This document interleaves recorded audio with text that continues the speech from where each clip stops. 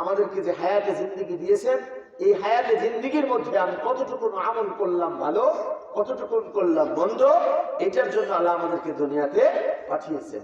আল্লাযী খালাকাল মাউতা ওয়াল হায়াত লিয়াবলুয়াকুম আইয়ুকুম আহসানু আমালা। মউত এবং হায়াতকে আল্লাহ সৃষ্টি করেছেন আইয়ুকুম আহসানু আমালা, তোমাদের মধ্যে কার আমল সবচেয়ে ভালো। আল্লাহ এটা বলেন নাই কার আমল সবচেয়ে বেশি, এটা কিন্তু আল্লাহ বলেন নাই। আইয়ুকুম আহসানু আমালা, কার আমল সবচেয়ে ভালো, এটা পরীক্ষা করার জন্য আল্লাহ তাআলা মউত এবং হায়াতকে সৃষ্টি করেছেন। তাহলে আমাদের আমল করতে হবে বেশি না ভালো? এই কথা বলেন, বেশি না ভালো? বেশি না ভালো। ভালো আমল যেটা, এটা আল্লাহর দরবারে মকবুলকৃত আমল, যেটা আল্লাহ পছন্দ করেন। অর্থাৎ আমার আমলগুলো হবে হুজুর নূর সাল্লাল্লাহু আলাইহি ওয়াসাল্লামের তরিকা অনুযায়ী। যদি আমি হুজুর সাল্লাল্লাহু আলাইহি ওয়াসাল্লামের তরিকা অনুযায়ী আমল করতে পারি, তাহলে এই আমল আমাকে নেবে কোথায়?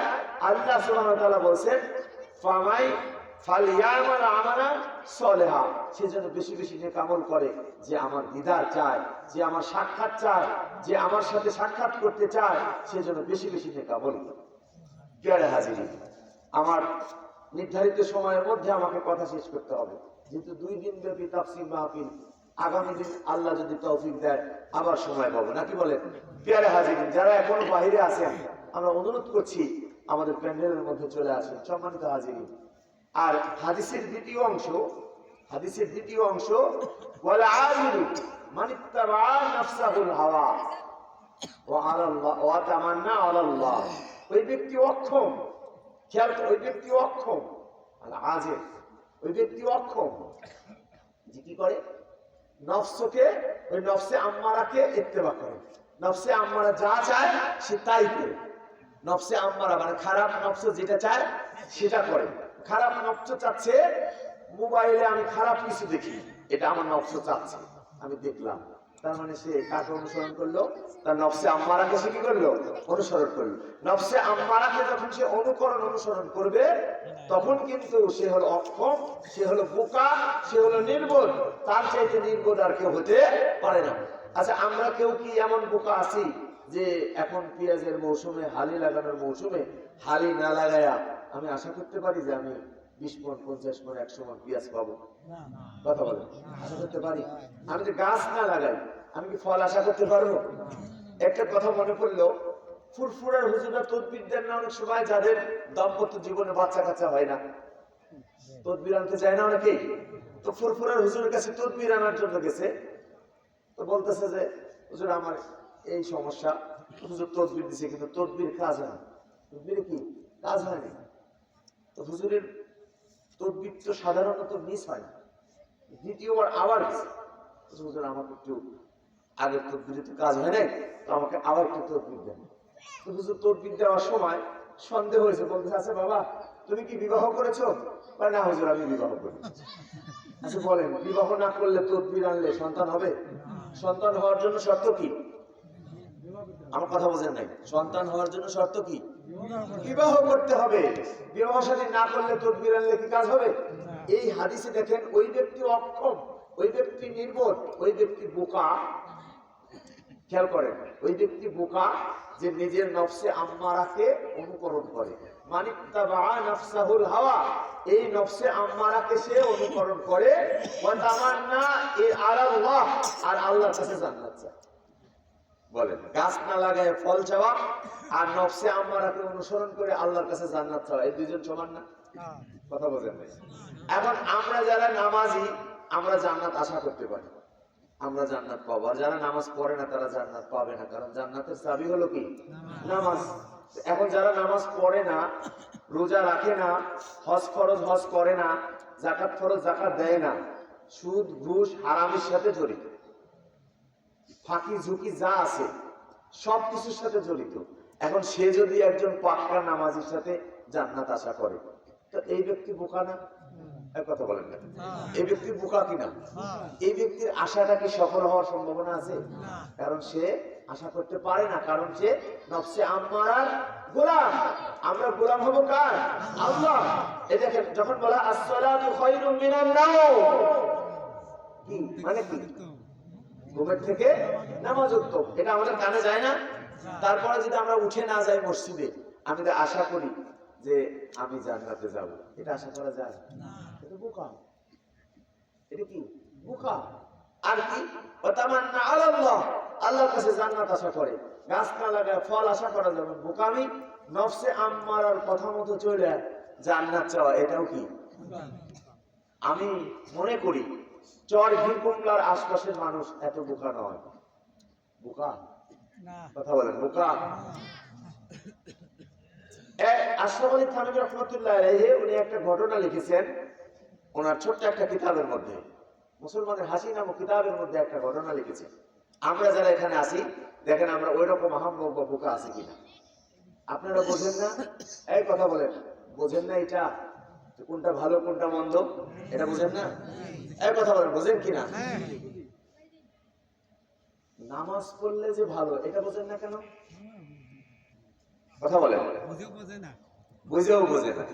আল্লাহ কোরআনে কিন্তু এটাও বলছেন, ওয়ালাকাদ জারানা লিজাহান্নামা কাসীরাম মিনাল জিন্নি ওয়াল ইনস লাহুম কুলুবুন লা ইয়াফকাহুনা বিহা ওয়া লাহুম আ'য়ুনুন লা ইবসিরুনা বিহা ওয়া লাহুম আযানুন লা ইয়াসমাউনা বিহা উলাইকা কাল আনআম বাল হুম আদাল।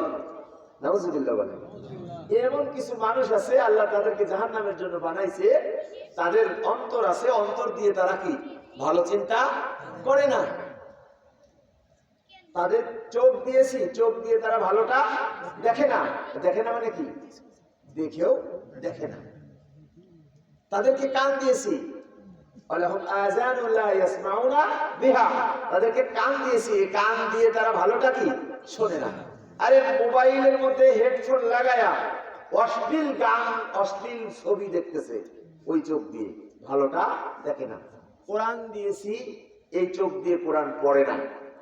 কান দিয়েছি, এই কোরআন শ্রবণ করে না। উলাইকা কাল আনআম, এরা হলো চতুষ্পদ জানোয়ার। নাউযুবিল্লাহ। বলেন এরা কি চতুষ্পদ জানোয়ার? শুধু তাই নয়, বাল হুম আদল, তার চাইতেও নিকৃষ্ট, তার চাইতেও খারাপ। আমি এই আয়াতের ব্যাখ্যার মধ্যে দেখলাম এই আল্লাহ তাআলা এত বড় কথা কেন বলল যে উলাইকা কাল আনআম, এরা হলো চতুষ্পদ জানোয়ার। এটি বললেই তো হয়ে যেত, কিন্তু তারপরে বলল কি বাল হুম আদল, তার চাইতেও খারাপ, তার চাইতেও নিকৃষ্ট। দেখেন একটা কুকুর, এটা তো নিকৃষ্ট একটা প্রাণী না? কথা বলেন, আপনাদের কষ্ট হচ্ছে? একটা নিকৃষ্ট প্রাণী কি কুকুর? এই কুকুরের কিন্তু একটা ধর্ম আছে, সে প্রভু ভক্ত, ঠিক কিনা বলেন? আপনার বাসার আপনার চিবানো হাড্ডি গুলো খেয়ে সারা রাত আপনার বাড়ি পাহারা দেয়, ঠিক কিনা বলেন? আপনি আমি আল্লাহর গোলাম, আল্লাহ তাআলা এত নিয়ামত ভোগ করার পরেও আমরা আল্লাহকে আল্লাহ বলে মেনে নিচ্ছি না। আমরা কি ওর চাইতেও খারাপ নয়? কথা বলেন, ওর চাইতেও খারাপ নয়? দেখেন আমরা ছোটবেলায় শুনেছি, এটা হাদিস কোরআনের কথা নয়, ছোটবেলায় শুনেছি মসজিদে আওয়াজ আসতো, একটা প্রাণী চতুষ্পদ প্রাণী শূকর বা কুকুর, সেও সকালবেলা আল্লাহর কাছে বলে যে আল্লাহ সকালবেলা ঘুম থেকে উঠে যেন বেনামাজির মুখ না দেখি। কি বলেন? এটা কোরআন হাদিসে আমি পাই নাই, কিন্তু এটা আমি শুনেছি। আমি আমার কথা কোরআন হাদিসে না থাকলো, কারণ একটা প্রাণী সে কি আল্লাহর গোলামি করে, আল্লাহর দাসত্ব করে, আল্লাহর হুকুম মানে। কিন্তু মানুষ, এই মানুষ তার হুঁশ নাই, সে আল্লাহর হুকুম মানে না, আল্লাহর কথা মতো চলে না, নফসে আম্মারার তাবেদারি করছে। নফসে আম্মারা চাচ্ছে মোবাইলে নেকেট ছবি দেখি, নফসে আম্মারা চাচ্ছে মাহফিলে না বসি, নফসে আম্মারা চাচ্ছে আমরা আমাদের মন মতো জিন্দেগিতে চলি। আল্লাহ সুবহানাহু ওয়া তাআলা আমাদেরকে মন মতো চলার মতো সুযোগ কি দেন নাই? তিনি তার নির্দেশনা আমাদেরকে দিয়েছেন, সংবিধান, সেটা হলো কোরআন। এই কোরআন অনুযায়ী আমাদের জীবন পরিচালনা করতে হবে, এই কোরআনের কাছে আমাদের আসতে হবে, এই কোরআনকে আমাদের বুঝে দিতে হবে, এই কোরআন অনুযায়ী আমাদের পরিচালনা করতে হবে। তাহলে কি হবে? ওই যে ফারিকুন ফিল জান্নাহ, এটাই হলো জান্নাতের রাস্তা। জোরে বলেন না সুবহানাল্লাহ। সম্মানিত ভাইরা, আসলে কিসসা কাহিনী আপনার বলে সময় নষ্ট করার মতো সময় আমার হাতে নাই। প্রকৃত যে কথাগুলো সেগুলো আপনাদের সামনে তুলে ধরছি। এই জন্য বলছি, যে কথাটা বলতেছিলাম, ওই আহাম্মক ওই ব্যক্তি যে গাছটা লাগায় ফল আশা করে, ঠিক কিনা বলেন? আহমক ওই ব্যক্তি যে ভালো আমল না করে জান্নাত আশা করে। এইরকম বোকা ওই আশরাফ আলী থানভী রহমতুল্লাহ আলাইহি তার মুসলমান হাসি নামক কিতাবের মধ্যে লিখেছেন, এক আহম্মক, খেয়াল করেন, এক আহম্মক গাছের মগ ডালে যায়